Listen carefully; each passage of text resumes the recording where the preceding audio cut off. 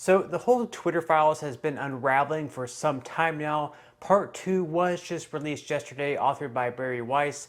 And surprise, surprise, more corruption and suppression of speech had been taking place on the platform. Now first, before we dive into everything that was taking place, I wanted to first rewind back to about a year and a half ago, July 2021 to be exact. This was when Jen Psaki was Joe Biden's press secretary, someone who was 100 times better than his new one, and she actually admitted that the Biden administration had been, quote, flagging problematic posts for social media companies to censor. So straight up admitting, yes, we are going to Facebook, yes, we are going to Twitter, and letting them know which posts should be removed.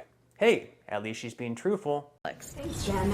Can you talk a little bit more about this request for tech companies to be more aggressive in policing misinformation? Has the administration been in touch with any of these companies, and are there any actions that the federal government can take to ensure their cooperation? Because we've seen from the start there's not a lot of action on some of these platforms. Sure. Well, first, we are in regular touch with these social media platforms, and those engagements typically happen through members of our senior staff, but also members of our COVID-19 team.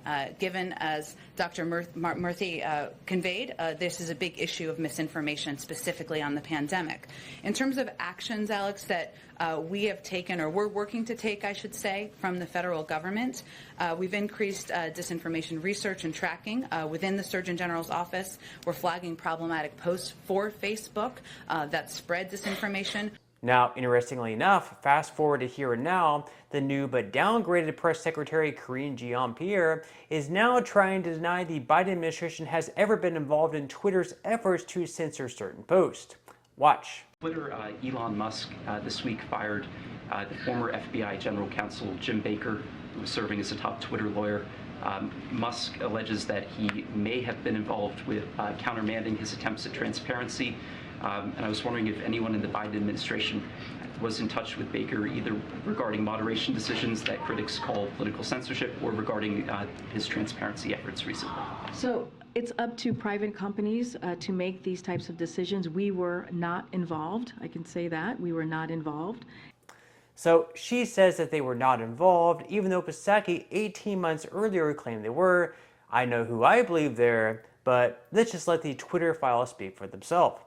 So jumping right into the post made by Weiss, it starts out, thread, the Twitter files, part 2, Twitter's secret blacklist. So Twitter's secret blacklist is going to be the title of this one. It should be interesting. Let's go ahead and dive right into it. So number 1, a new Twitter files investigation reveals that teams of Twitter employees build blacklists, prevent disfavored tweets from trending, and actively limit the visibility of entire accounts or even trending topics, all in secret without informing users. So it's pretty much what this one is going to be about. She's already showing that there apparently were like these secret blacklist on Twitter. That Twitter employees had certain accounts that were blacklisted and prevented some of their more favorite tweets among their fans from being spread to other people to get this information out to other people. So they're really actively limiting the visibility of these accounts and their posts that they're making.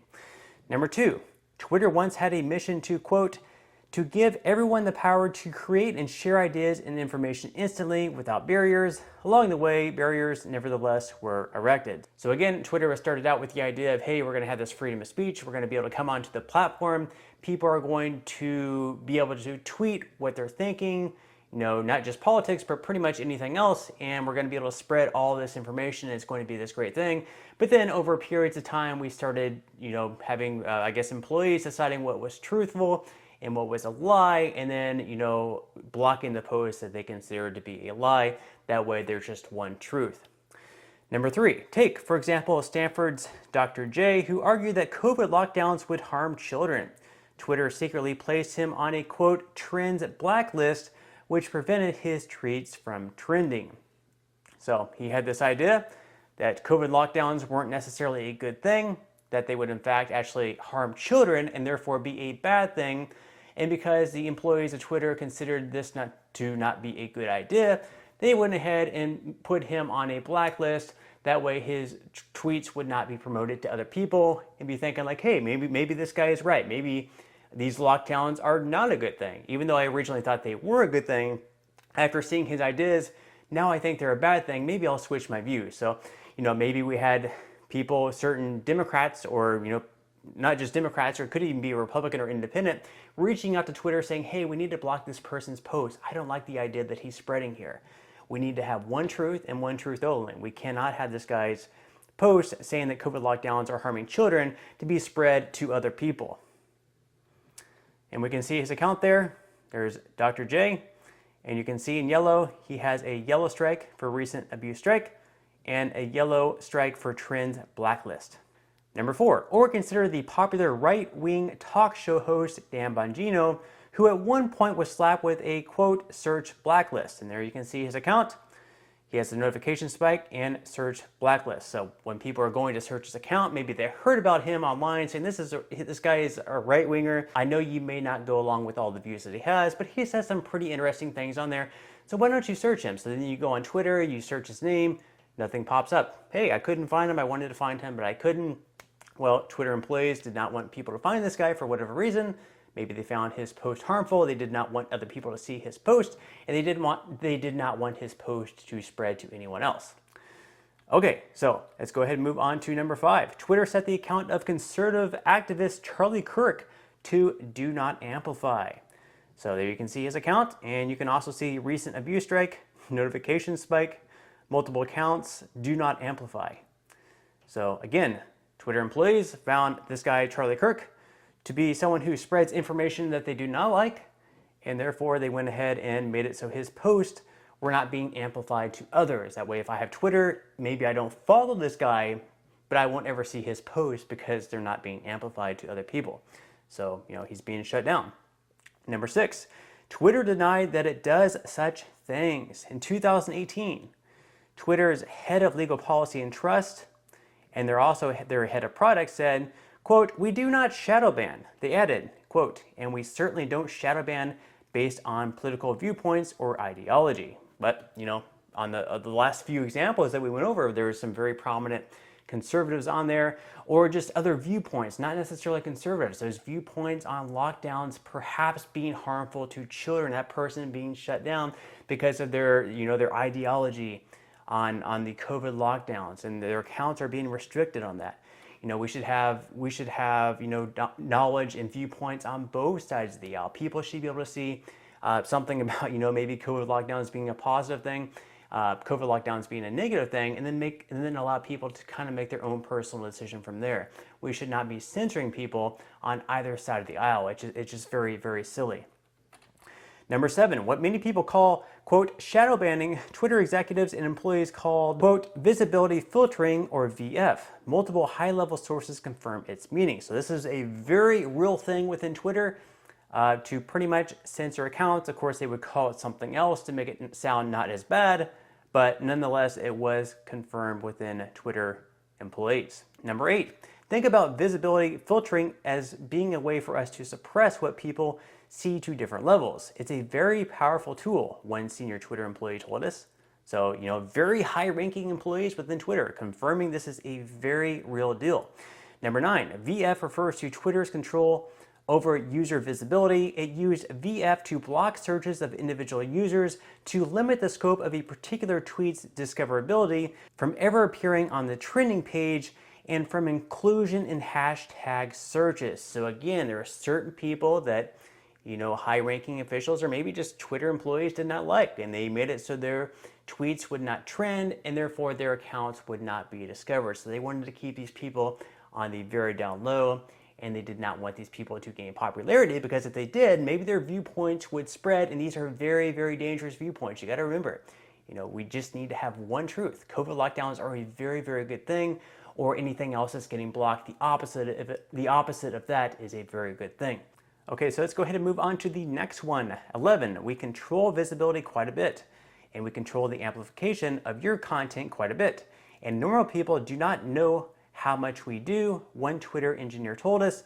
2 additional Twitter employees confirmed. Number 12, the group that decided whether to limit the reach of certain users was the Strategic Response Team, Global Escalation Team, or SRT-GET. It often handled up to 200 cases a day. So up to 200 cases of posts that were considered to be dangerous or, just not the truth that they wanted to be out there to the public. They wanted another truth, I guess, to be out there for people to see. Anything else had to be shut down or had to be not amplified or had to be something that could not go trending as far as hashtags on the platform go. Number 13, but there existed a level beyond official ticketing, beyond the rank and file moderators following the company's policy on paper.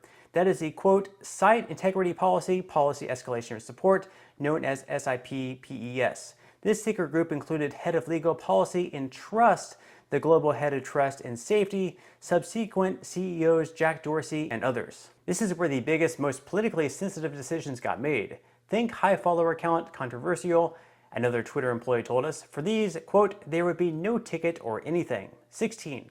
One of the accounts that rose to this level of scrutiny was Libs of TikTok, an account that was on the Trends blacklist and was designated as do not take action on user without consulting with SIP-PES. So again, you can see Libs of TikTok, their account is on there. They have the notification spike, Trends blacklist, and recent abuse strike, along with the other ones on there like Twitter Blue Verified, everything like that. 17, the account which Chaya Raichik began in November 2020 and now boasts over 1.4 million followers was subjected to 6 suspensions in 2022 alone, Raichik says, each time Raichik was blocked from posting for as long as a week. Number 18, Twitter repeatedly informed Raichik that she had been suspended for violating Twitter's policy against, quote, hateful conduct. 19, but in an internal SIP-PES memo from October 2022, after her 7th suspension, the committee acknowledged that LTT has not directly engaged in behavior violative of the hateful conduct policy. See here. And you can see the post right there. Number 20, the committee justified her suspension internally by claiming her post encouraged online harassment of hospitals and medical providers by insinuating that gender-affirming healthcare is equivalent to child abuse or grooming. Number 21, compare this to what happened when Raichik herself was doxxed on November 21st, 2022. A photo of her home with her address was posted in a tweet that has garnered more than 10,000 likes. Number 22, when Raichik told Twitter that her address had been disseminated, she says Twitter support responded with this message, quote, we reviewed the reported content and didn't find it to be in violation of the Twitter rules. No action was taken. The doxing tweet is still up. So someone posted this person's address on Twitter. And then because of that, this person was getting a lot of harassment, but their account was suspended 7 times on Libs of TikTok for posts that they made. So again, it's just a case of Twitter employees seeing everything that they're posting is bad because of their political ideologies. But then, posting their address online so then people can harass them, go to their house, put this person's life in danger, that's all of a sudden completely okay. That is not hateful conduct. Number 23, in internal Slack messages, Twitter employees spoke of using technicalities to restrict the visibility of tweets and subjects. Here's Yoel Roth, Twitter's then global head of trust and safety, in a direct message to a colleague in early 2021. He says, a lot of times SI has used technicality spam enforcements as a way to solve a problem created by safety under enforcing their policies, which again isn't a problem per se, but it keeps us from addressing the root cause of the issue, which is that our safety policies need some attention. Number 24, 6 days later in a direct message with an employee on the Health, Misinformation, Privacy, and Identity Research team, Roth requested more research to support expanding, quote, non-removal policy interventions like disabling engagements in de-amplification/visibility filtering. And there, once again, you can see his post. Number 25, Roth wrote, quote, the hypothesis underlying much of what we've implemented is that if exposure to misinformation directly causes harm, we should use remeditations that reduce exposure, and limiting the spread/virality of content is a good way to do that. Number 26, he added, we got Jack on board with implementing this for civic integrity in the near term, but we're going to need to make a more robust case to get this into our repertoire of policy remeditations, especially for other policy domains. So, again, we have here, a story we've known for quite some time, at least according to Jim Psaki, that the Biden administration was going to Twitter and other platforms, Facebook, things like that, and they were saying to take down certain posts that they didn't like, whether it comes to COVID or pretty much anything else. And of course, we had Twitter employees, mostly on the left wing, more closely moderating, I guess, conservative posts or posts that they just did not agree with. They were flagging these accounts. They were making it so if they had a very popular tweet that was getting a lot of likes, they were not being spread to other people who might pick up on these, I guess, quote, dangerous ideologies. So, it's being confirmed right here in the Twitter Files Part 2. I'm sure there is more to come, so we'll just have to wait for the Twitter Files Part 3 to see what more restriction was going on within Twitter. So, once again, from now on, I'm not in favor of restricting anyone's speech. It doesn't matter if they're a conservative. It doesn't matter if they're a liberal. It doesn't matter if they're a libertarian. I think it's very important that we all kind of get our viewpoints out there. It has to be limited somehow, but, it shouldn't be limited to such a way where we just have accounts being shut down just, for being a conservative or being a liberal. We need to have all viewpoints together. Let people decide, what they agree with. They should be seeing information on the liberal side. They should be seeing information on the conservative side. And then from there, they can make their best decision on what they think themselves. But we should not be in this echo chamber where there's only one truth and the rest of it is a lie. We're not being exposed to enough information. We're only being exposed to one truth. And living in this echo chamber is a very dangerous situation, and that's what Twitter was all about, apparently, just according to the Twitter Files Part 1 and Part 2. So not really a surprise once again, but it is interesting to see all this confirmed and coming out right about now. But on that note, I'm going to go ahead and wrap up this video. If you found this video helpful and you enjoyed it anyway, I would definitely appreciate you giving it a like, subscribe to my channel, and also ring the notification bell. That way you will be the very first to be notified when I do release future videos. And until next time, I hope you have a wonderful rest of your day, and I'll see you in the next video.